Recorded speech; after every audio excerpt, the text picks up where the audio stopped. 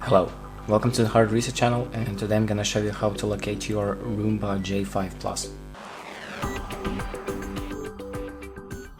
So the first thing we're gonna do is open up our iRobot Home app, and then we're going to select the Roomba that we want to locate, and then we're going to scroll down to Product Settings, click on that, and then we're going to click on Locate Roomba, and then click on Locate Roomba again.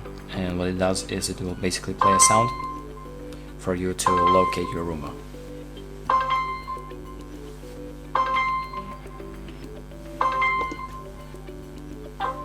So once you've found it, you can just press on the clean button, and that's it.